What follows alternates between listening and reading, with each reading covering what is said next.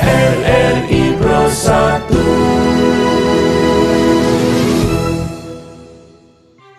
Assalamualaikum warahmatullahi wabarakatuh. Saya Wakapendam Kodam 14 Hasanuddin mengajak kepada seluruh masyarakat wilayah Kodam 14 Hasanuddin untuk mematuhi apa yang menjadi perintah daripada pemerintah pusat untuk tidak melaksanakan mudik pada saat hari Lebaran 1442 Hijriah nanti.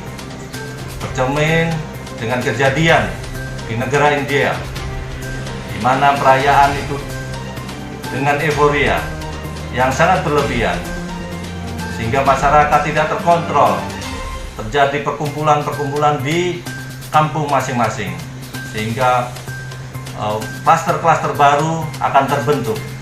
Untuk itu, sekali lagi saya menghimbau kepada seluruh masyarakat untuk merayakan di tempat masing-masing dengan melalui media sosial, dengan menggunakan HP, dapat menghubungi secara langsung, sehingga penyebaran virus corona dapat diatasi, dapat dihambat perkembangannya.